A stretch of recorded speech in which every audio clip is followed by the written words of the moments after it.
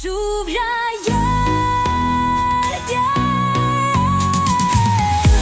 de cultura y pasión, un rincón de divulgación, inspiración o emoción. Ven y descubre, ven a escuchar, que el mundo es más bello cuando hay que subrayar.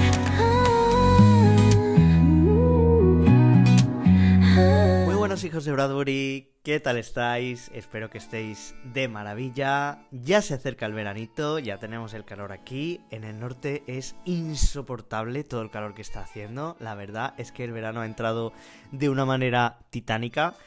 Me quejo yo, que soy del sur. Y la verdad es que, bueno, está siendo una época bastante durilla, con el ventilador a tope, pero, bueno, feliz porque acaba el curso. Podemos descansar, los profes, podemos tener ese respiro en el verano para coger fuerzas y empezar el nuevo curso con muchísimas ganas.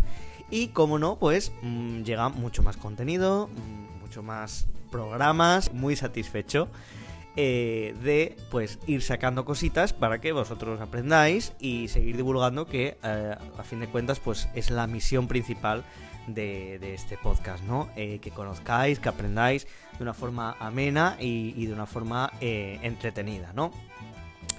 Hoy tenemos un tema de conversación que a mí personalmente me encanta, la verdad. Recientemente he estado estudiando muchísimo sobre el tema. Hablo de la comedia del arte, que seguramente os sonará de muy lejos, de ver alguna imagen de algún mimo o algún payasete ahí en las tablas, o sonará también de barroco, renacimiento, por esa zona, por esa época, ¿no? de la historia. Pero a lo mejor no lo habéis nunca perfilado de la forma en la que se merece, ¿no? Y si os tengo que ser sincero, sentó un precedente en lo que sería pues la telenovela, el teatro posterior, incluso el guiñol, como vamos a ver, ¿no? Con esos personajes tan memorables como por ejemplo Pulcinella, que pues que desembocaría en lo que sería el teatro de títeres. Y luego también tenemos otros personajes memorables como por ejemplo Pedrolino, que acabaría siendo el Pierrot francés, o incluso nuestro Arlequín, ¿no? Que todo el mundo conoce de ver ese personaje vestido con rombos y con una máscara oscura. Pues todo eso viene de ahí, ¿no? Incluso Cervantes, si es verdad que toma como referencia, obviamente no podemos estar 100% seguros, porque nunca podemos estar 100% seguros cuando hablamos de este género que tuvo tanto éxito en el pasado. Tenemos documentos, pero obviamente pues nunca podemos estar seguros al 100% de cómo era, ¿no? Pero sí es verdad que esos personajes, ese teatrillo de máscaras, ¿no? Lleno de baile, acrobacia, serenatas y también, ¿por qué no decirlo?, mucha poesía y mucha complejidad, como luego veremos, pues tuvo muchísima influencia en lo que sería el teatro posterior. Entonces, todo era tan simple y todo va a ser tan simple en este viaje que vamos a hacer como subirse a las tablas, ponerse la máscara y hacer arte.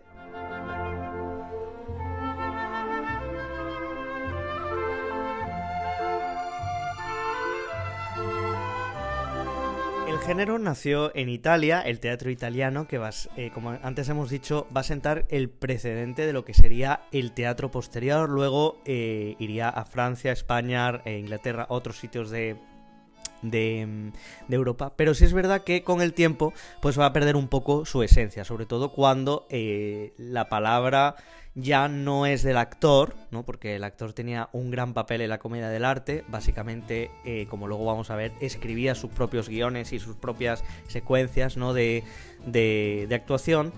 Incluía también los llamados lazzi, ¿no? Las acrobacias, los gags, digámoslo así. Pero pasa de ser un teatro de actor a autor, ¿no? Y luego se va a poner pues por escrito, y hay autores cultos pues que ya lo van a poner por escrito, lo van a recoger en documentos y en recopilaciones, y pierde un poco su esencia ya en bien entrado el siglo XVIII, ¿no? Pero ¿de dónde viene esta comedia del arte? ¿Y por qué se llama comedia? ¿Y por qué se llama del arte?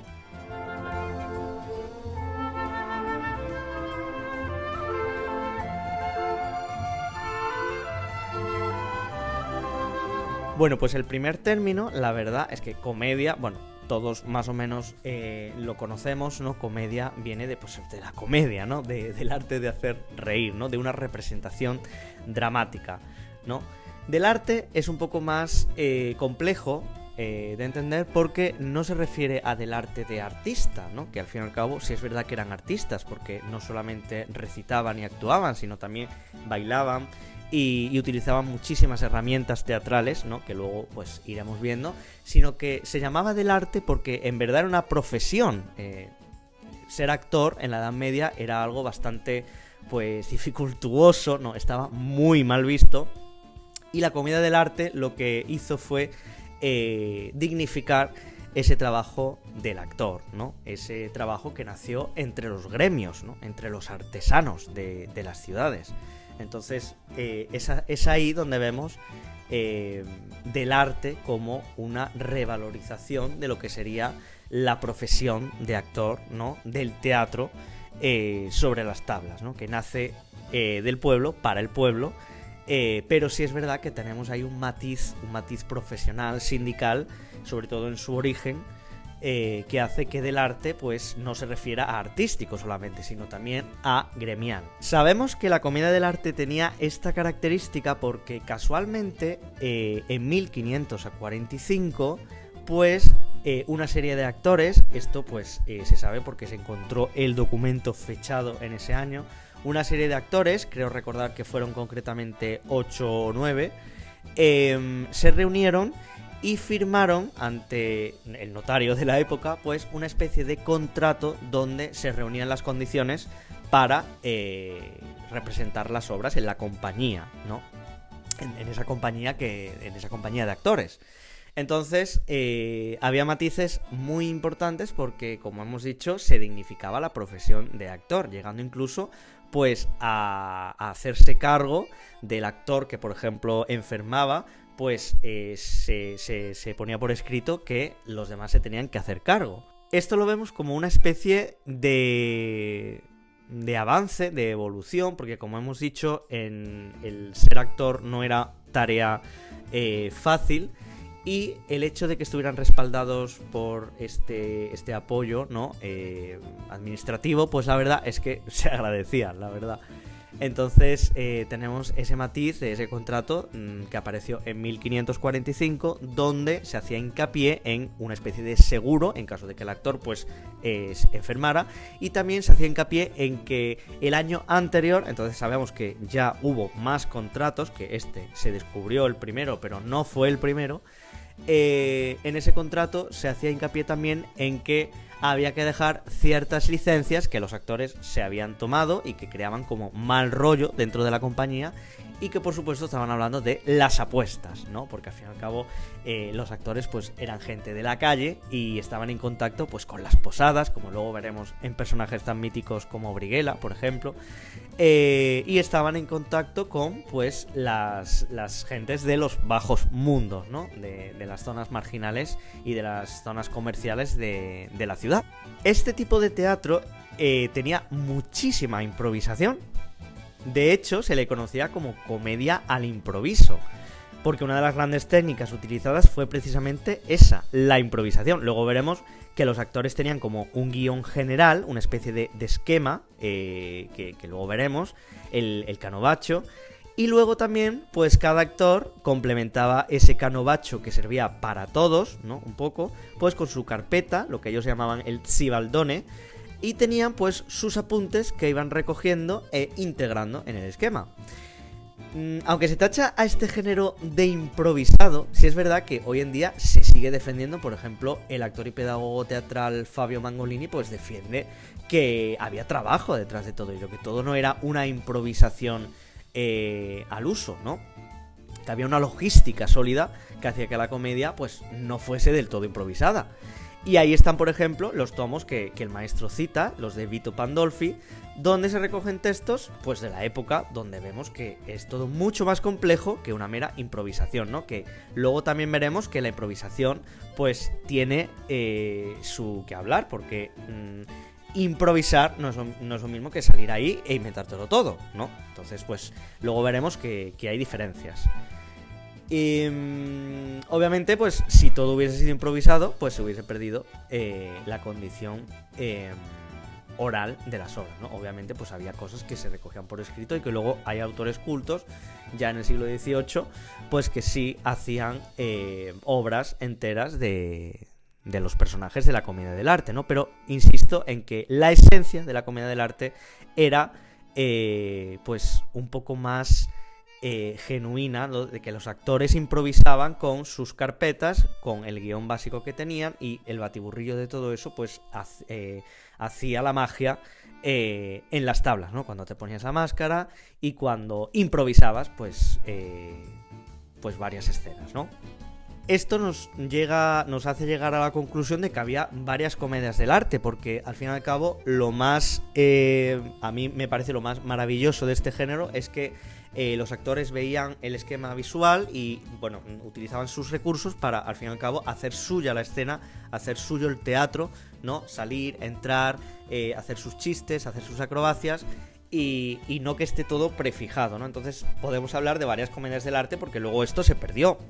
Luego esto, cuando hay autores de nombre, ya con esa evolución del Canovaccio original, pues sí es verdad que todo esto se perdió y estaba sujeto más pues al autor que lo hacía todo, ¿no? En sí, ¿no? No podemos hablar de que en esa época ya, en el siglo XVIII, hubiera un consenso, tampoco era un consenso, sino que cada actor le ponía su toque y entre todos iban formando lo que sería la obra, ¿no? Entonces eso, al ponerse por escrito luego por otros autores, se perdió, ¿no? Y con ello pues fueron evolucionando también los personajes, etcétera, etcétera, etcétera. De todas formas, como por ejemplo dice Nando Llera, improvisar no es lo mismo que repentizar. Repentizar básicamente es que tú sales al escenario y haces lo primero que se te viene a la cabeza.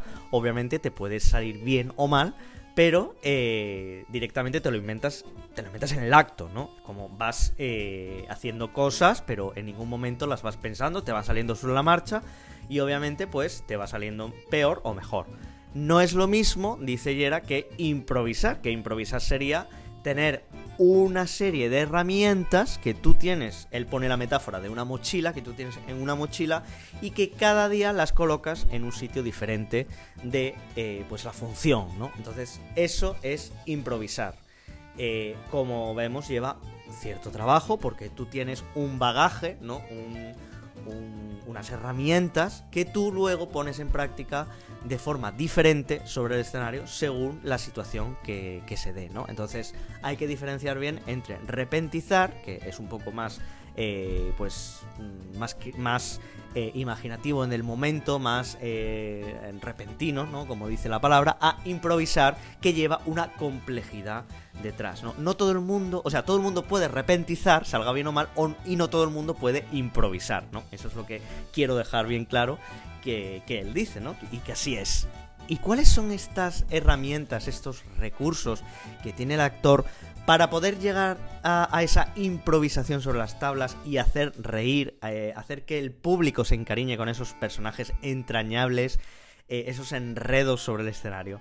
Hemos hablado antes del Canovaccio, que sería, como hemos dicho, ese esquema general, ¿no? Ese guión visual de todo lo que se tiene que hacer en escena, ¿no? Incluimos las entradas y las salidas de los personajes y serían como las pautas mínimas pues que el actor pues tiene que tener en cuenta para luego aplicar su propio bagaje de recursos, ¿no? El Canovaccio además incluye ciertos módulos que son como escenas prefijadas que valen para diversas interpretaciones. Por ejemplo, una pelea o una boda, pues se van creando módulos, ¿no? El módulo de la pelea, el módulo de la boda, y que los actores luego pues pueden repetir, como siempre he dicho, sujetos a la improvisación, porque no sale dos veces igual, sino que se usa, por ejemplo, todo el bagaje que se tiene de la escena de la boda para luego hacer una boda diferente cada vez, ¿no? Entonces el repertorio es bastante elástico porque a veces los actores pues tienen que repetir escenas exactamente iguales, pero no iguales exactamente, ¿no? Haga redundancia, porque al fin y al cabo las hacen suyas sobre un modelo ya que está prefijado. Como hemos dicho, el actor pues tiene su carpeta de bagaje que se llama el Zibaldone, que sería la siguiente herramienta de la que os hablo. que es como una especie de repertorio pues que tiene cada uno con todo lo visto y con todo lo aprendido que va teniendo. Son como sus apuntes, ¿no? Los apuntes del actor que luego van a servir para llevar a escena su bagaje, ¿no? Nacho! Vai, Arlecchino!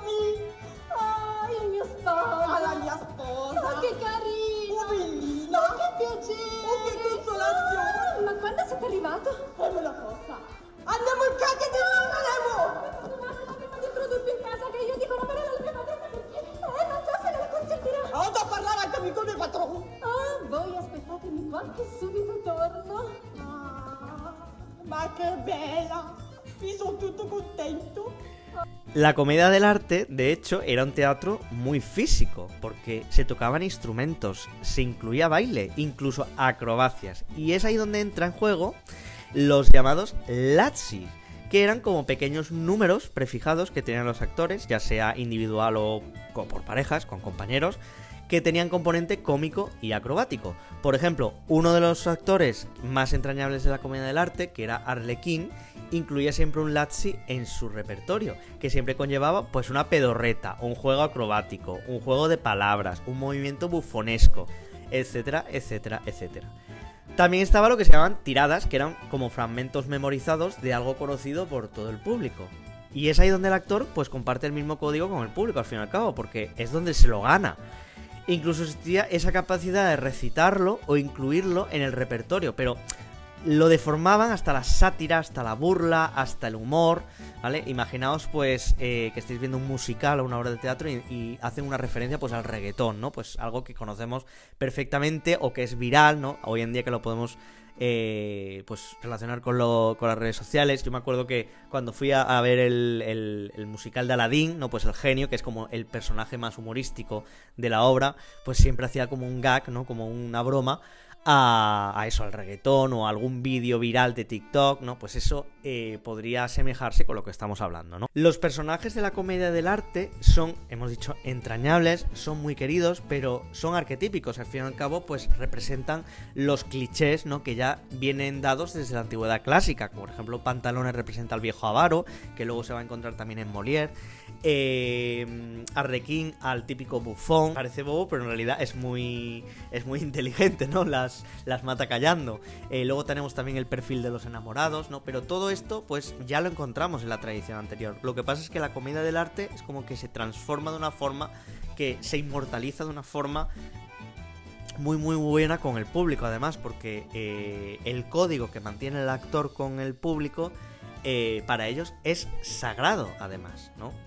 Es un teatro también de ricos y pobres, porque tened en cuenta que había una estrategia de marketing ahí subliminal, donde, por ejemplo, los actores, cuando veían a mucha gente rica en el público, pues hacían que el patrón apalease al criado, ¿no? En este caso, y cuando había mucha gente pobre, pues en la plaza, alrededor de las tablas, pues hacían que el criado apalease al rico, ¿no? Y producía gracia en ambos sentidos.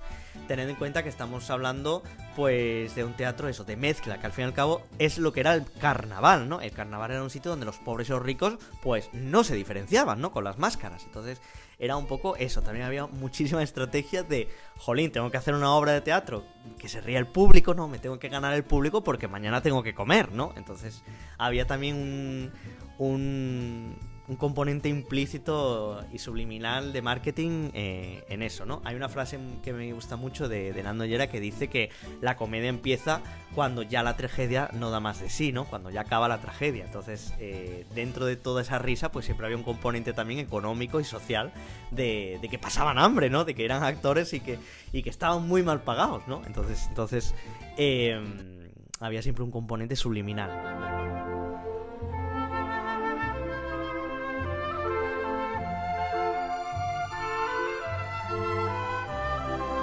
Ya hemos visto un poco cómo se estructuraba. Hemos visto que el Canovaccio se seguía junto con el Sibaldone, junto con las tiradas, los módulos, los lazzi, que ya hemos dicho que eran acrobacias, ¿no? Por ejemplo, una pedorreta, o que Arlequín, por ejemplo, estaba recitando un poema o cantando una serenata y de repente relincha como un caballo, ¿no? O imita una vaca. Es bastante común. La estructura es bastante simple. Básicamente, quien haya visto alguna telenovela en su vida recordará pues que están los típicos enamorados, ¿no? Donde la familia pues está por medio, y hay también mucha sátira, mucha comedia, ¿no? Se incide también en la riqueza, en la pobreza, pero básicamente todo gira en torno a esa estructura, ¿no?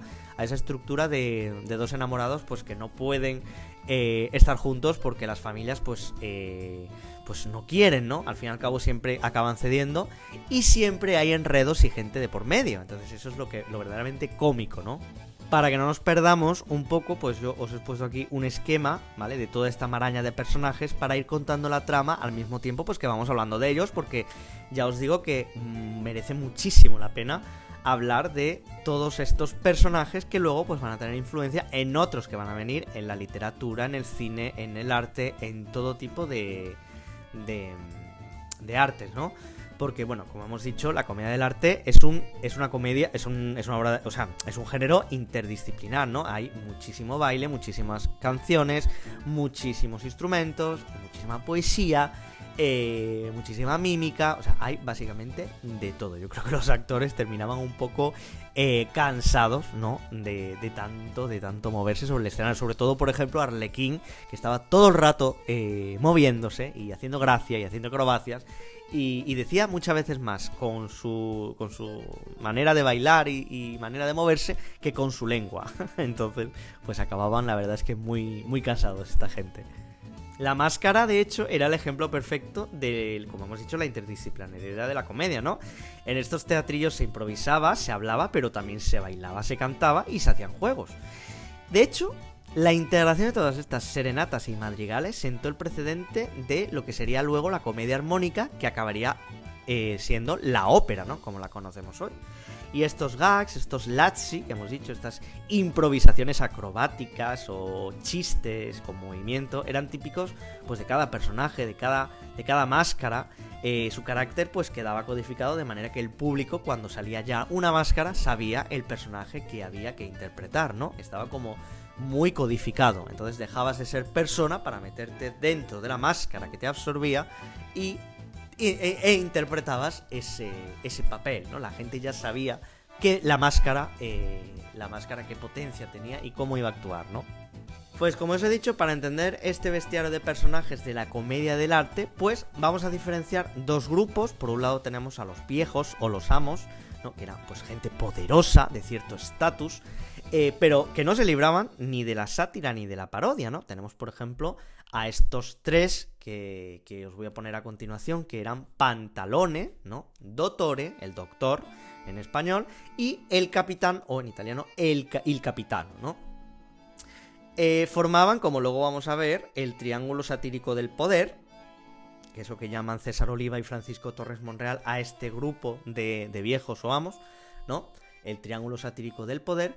Vamos a partir de estos personajes para luego ir desgranando el resto, ¿no?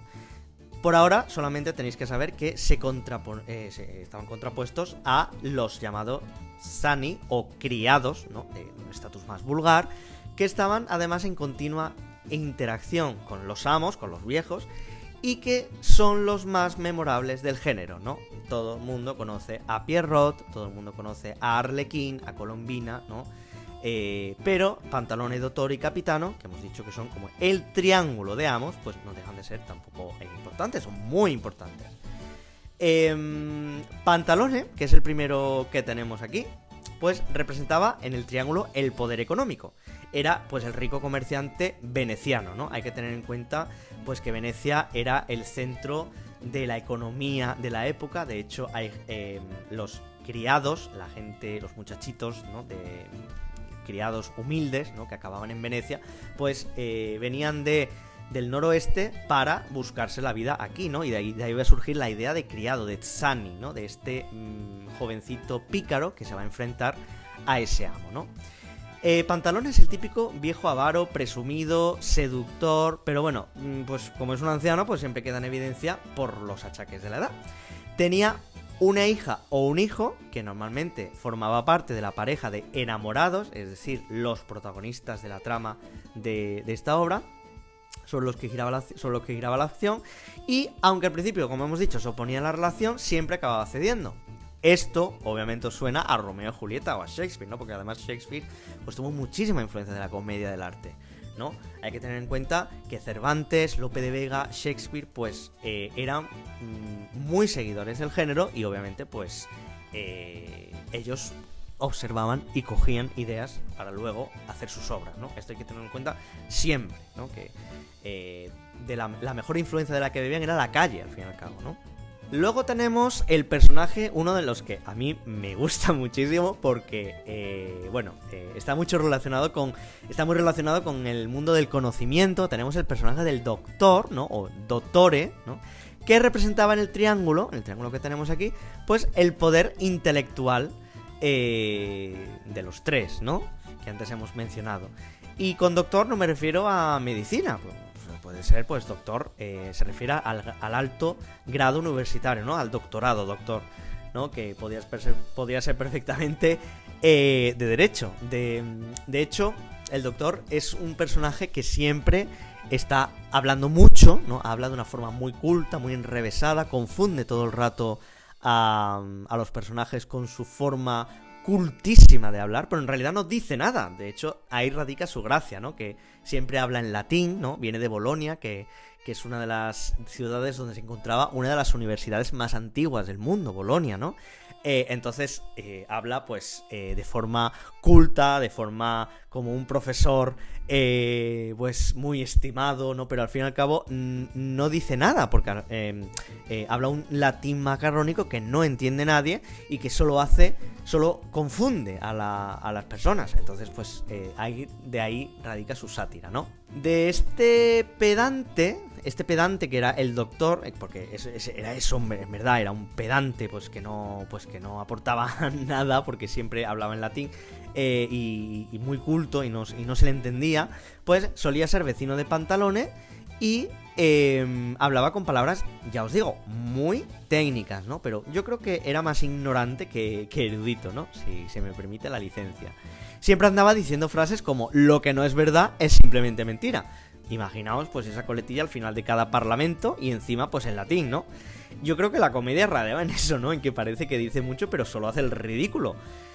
Y es el padre pues de la otra enamorada o del otro enamorado, ¿no? Entonces pues tenemos Pantalone y Dottore, que son los padres y además vecinos, y son padres de los enamorados, ¿no? En algunas obras había dos parejas, una más madura y otra más joven, pero bueno, son personajes muy clichés, aunque la trama se basa en ellos, pero hay muchísimos enredos que luego propiciarían, por ejemplo, los criados, porque ahora el esquema es muy básico, pero luego vamos a ir añadiendo criados y bastantes enredos, y vamos a tener lo que resulta pues una telenovela al fin y al cabo, ¿no? Incluso estos enamorados recurrían al travestismo para burlar la voluntad de sus progenitores, tanto masculino como femenino. Las mujeres pues se travestían en hombres para conseguir pues lo que le interesaban, llegar al amado o verlo en secreto, ¿no? Y el amado también se travestía con el fin de burlar a los padres, ¿no? Y lo más gracioso es que muchas veces el público se daba cuenta, pero obviamente los personajes no. Lo que se llama un poco la ironía dramática, ¿no? Que sabemos lo que los personajes no saben, ¿no? Y tenían nombres clásicos como Horacio, Lavinia, Lelio, Florindo, pero sin duda una de las grandes actrices y uno de los grandes personajes de la comedia del arte, del papel de enamorada, tanto que su nombre pasó a la historia de la comedia del arte como primera enamorada, ¿no? Que todo el mundo pues interpretaba, o sea, todo el mundo de un cierto estatus de la compañía y era mujer, pues lo interpretaba, pues al fin y al cabo creó un personaje como era el de Isabela, ¿no? Isabela está basado en una mujer real que se llamaba Isabela Andreini y que pertenecía a la compañía de los Gelosi, ¿no? Que era una compañía de bastante, pues vamos a decir, prestigio, pero es que además ella también era muy respetada por la gente poderosa, ¿no? Hasta el punto de que alguna vez pues consiguió, cuando estaba metida en líos, algún que otro salvoconducto, ¿no? Por algún noble. de manera que su compañía siempre quedaba como salvaguardada, ¿no? Entonces, el personaje de Isabela impresionó tanto, pues que se creó el personaje de la primera enamorada, ¿no? Vamos a decirlo así, que se llamaría a partir de entonces Isabela, ¿no? Que es importante decir también que los enamorados pues no tenían máscara, ¿no? Reflejaban como la parte más humana, ¿no? El papel de las mujeres en la comedia del arte es fundamental, ya que fue el primer teatro que permitió la subida al escenario de las mujeres, ¿no? Un rol pues que no estaba muy bien visto e incluso permitido por la influencia de la Inquisición.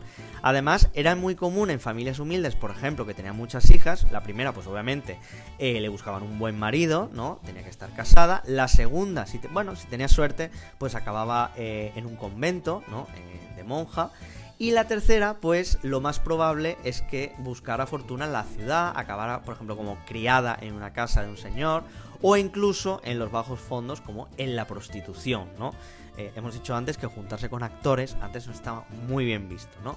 Entonces, la Inquisición como que le volaba el cerebro porque veía a una mujer en el escenario, se escandalizaba, luego usaban a chicos jóvenes para interpretar esas mujeres, y veías a jovencitos con vestidos grandes y maquillados, y la iglesia se escandalizaba todavía más. Entonces decían, bueno, sí, entonces que actúen las mujeres, ¿no?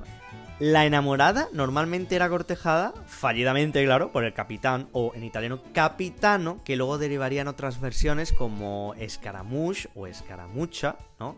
En italiano, incluso el capitán Matamoros en español, pues que era un personaje que representaba en el triángulo este que estamos haciendo el poder militar, ¿no? El poder militar, tenemos a Pantalone, que es el poder económico, tenemos a Dottore, que es el poder intelectual, y tenemos el poder militar en manos del capitán. Como estamos viendo, el poder económico lo tiene pues un viejo avaricioso, ¿no?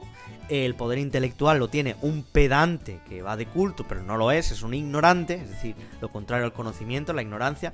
Y luego tenemos el poder militar representado en capitán, el capitano, pero en verdad es un soldado fanfarrón, porque alardea de las batallas en las que he sido protagonista, pero luego es un cobarde, ¿no?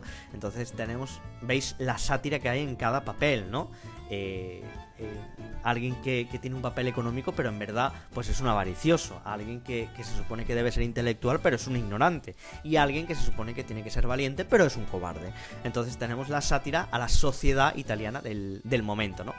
Además, el capitán pues no era italiano, sino era el típico soldado fanfarrón, ¿no? Que se vanagloriaba de sus éxitos, que además era extranjero, ¿no? Normalmente español.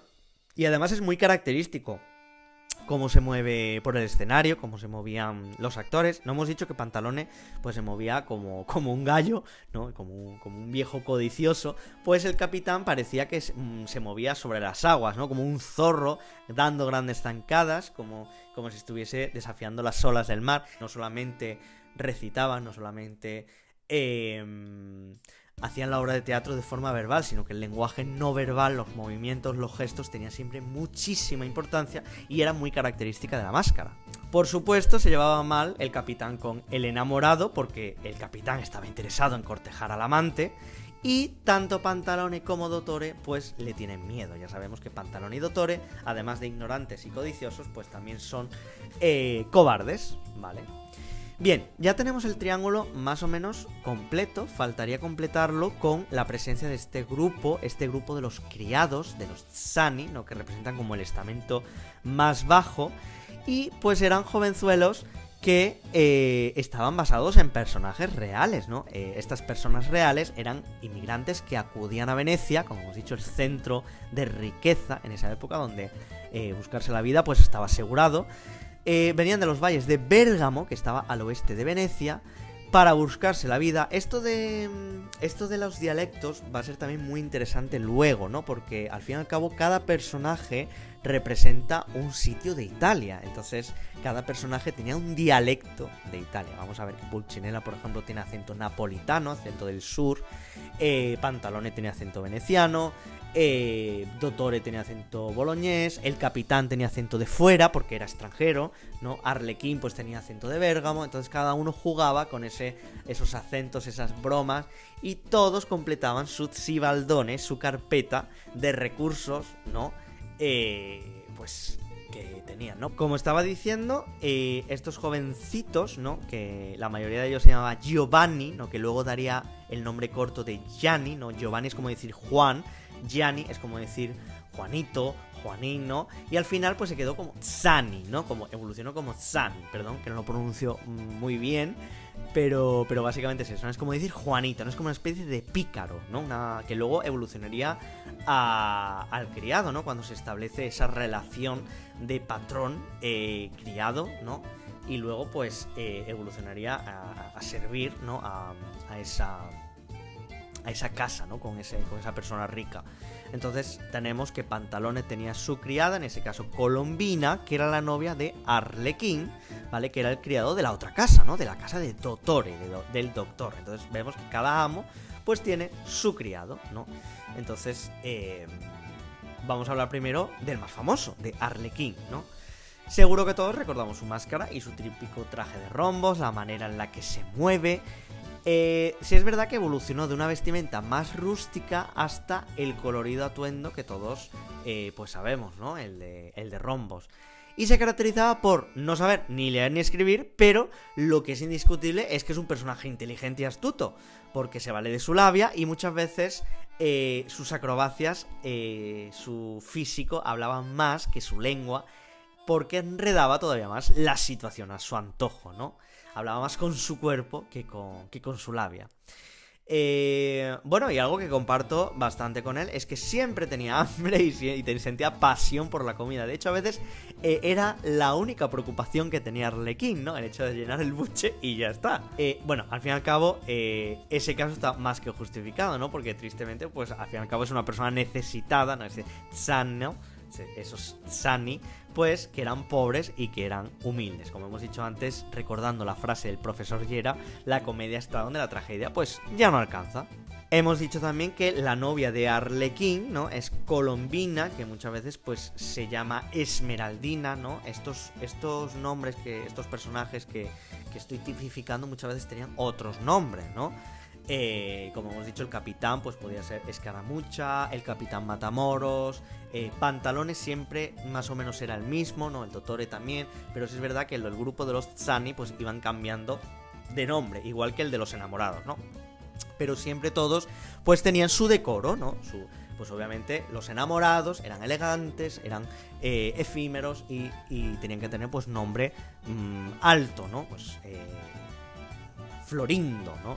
No podías llamar Esmeraldina, ¿no? Esmeraldina acababa en Nina y era un nombre de criada, ¿no? Entonces pues eso no estaba acorde con el decoro, ¿no? Luego tenemos, como hemos dicho, a Colombina, que es la criada típica, racional e inteligente, la novia de Arlequino, la novia de Arlequín, y su papel es un poco el de Celestina, ¿no? El de mediar entre los enamorados, que por cierto en la Celestina pues también tenemos esa relación de, por una parte, Calisto y Melibea, que son los enamorados nobles, y luego tenemos la zalamería de los criados, que cada uno pues Elisa y Areusa pues con Semproni y Pármeno pues tienen sus quehaceres amorosos también, ¿no?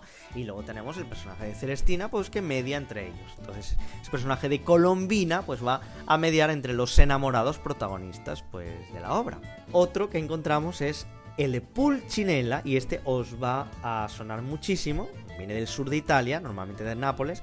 Y frente a la impulsividad del capitán, ¿no? Que está intentando cortejar a la dama, que se enfrenta a Pantalone y a Dottore, que le tienen miedo, y al enamorado, Pulcinella pues es el criado más tranquilo, más sosegado.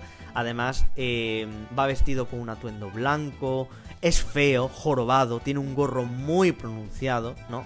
Y luego pues va a evolucionar pues a un carácter más sosegado, más afable, ¿no? Y va a desembocar, una vez que sale de Italia a Francia, y que donde la comedia evoluciona al teatro de títeres, va a encarnar a Messier Guignol, ¿no? Que todos lo conocemos, el teatro de Guignol, ¿no? El teatro de títeres, ¿no? El famoso de Lyon. Pues entonces Pulcinella va a evolucionar a ese Messier Guignol. Además, Stravinsky tiene también, creo que una ópera sobre Pulcinella. A ver si os puedo poner un fragmento para que lo oigáis, ¿no?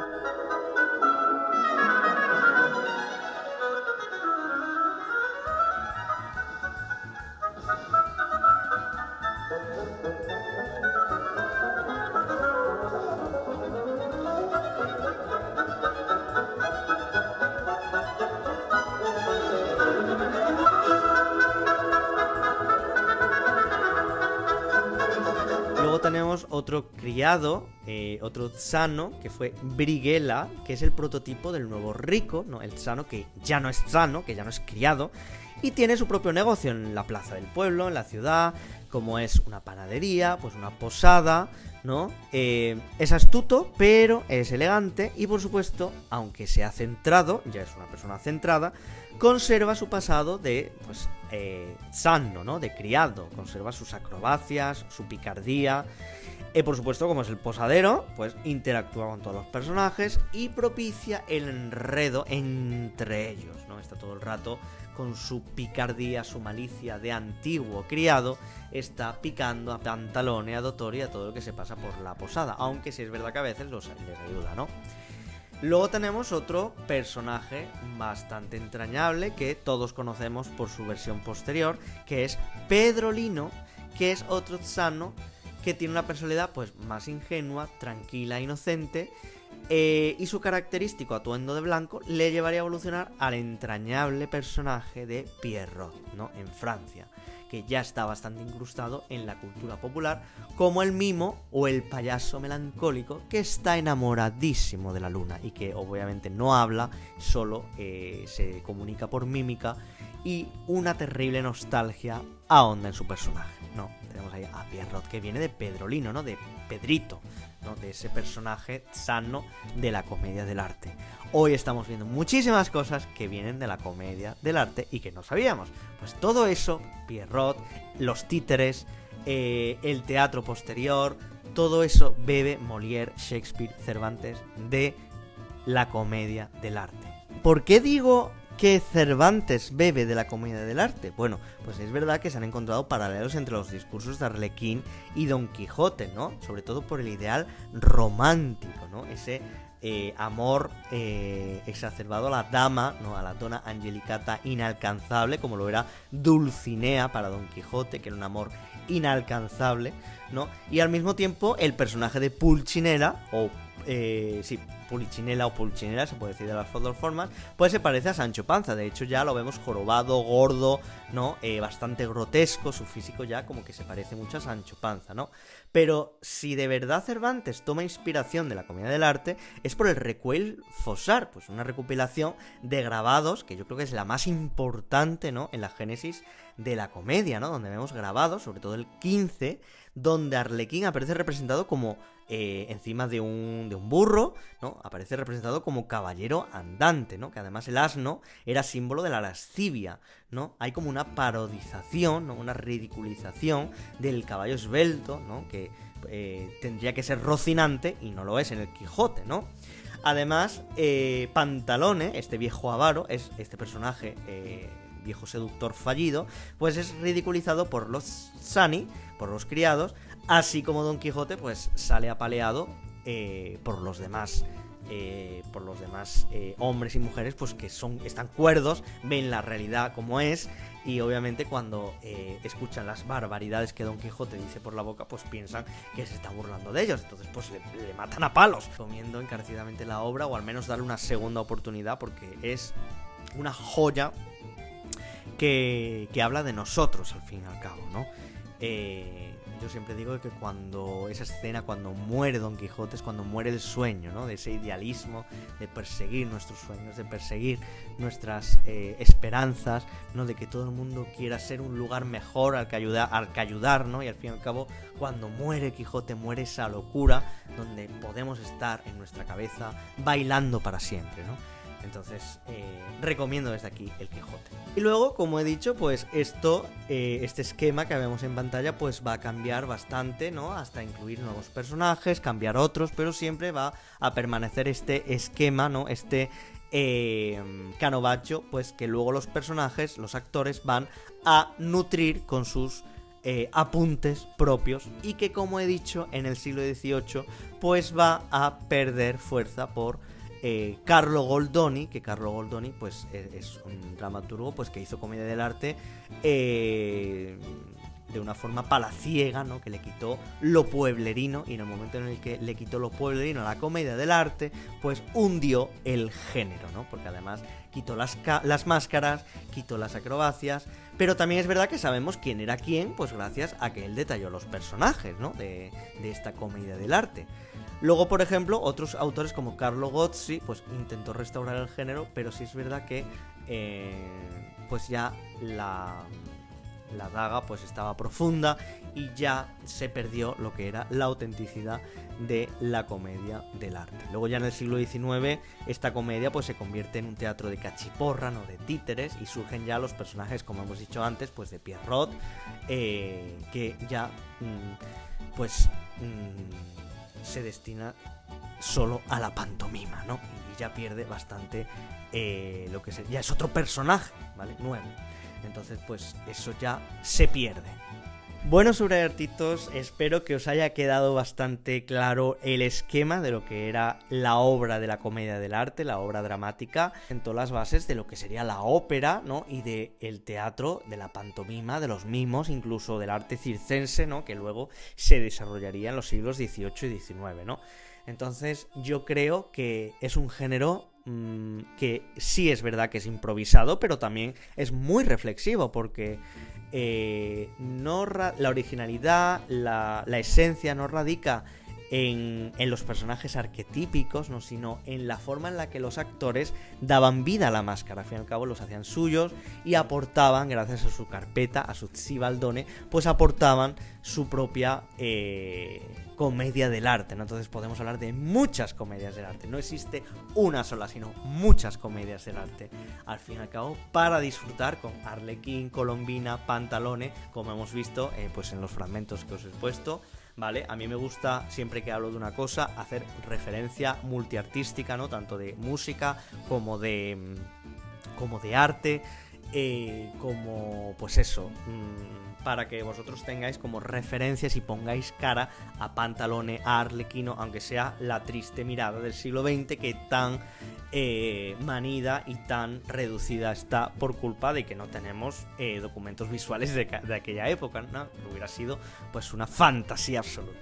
Y con esto me despido, subrayartitos. Espero que hayáis disfrutado muchísimo, tanto como he disfrutado yo preparando este podcast, y nos vemos próximamente por aquí, creando pues más historias para que vosotros podáis aprender y nutriros de todo este universo de arte y humanidades que tan necesitado está de amor, y tan necesario es que lo hablemos y reflexionemos y proclamemos por bandera que el arte no sirve, sino el arte emociona, ¿no? Y muchas veces nos cansamos de que las cosas nos sirvan para algo, nos sirvan para el futuro, nos sirvan para ganar dinero.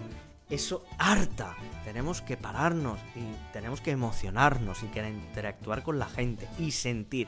Y eso es lo que hacen las humanidades y eso es lo que hace el arte. Y por eso estamos aquí. Así que muchas gracias como siempre y nos vemos en el próximo Subrayarte, chicos. Un beso. Adiós. El mundo es más bello cuando